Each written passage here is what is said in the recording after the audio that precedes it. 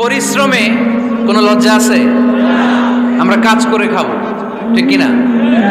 Never underestimate any job. যুবক ভাইয়েরা শুনতেছ? এরকম আওয়াজ করতে হবে, কান খাড়া করে শোনো। Never underestimate any job.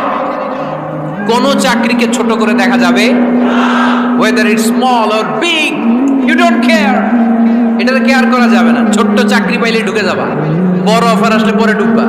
এটা ছোট কাজ, এটা হোটেলের ওয়েটার, এটা ছোট্ট স্টাফ, এটা কেরানি না।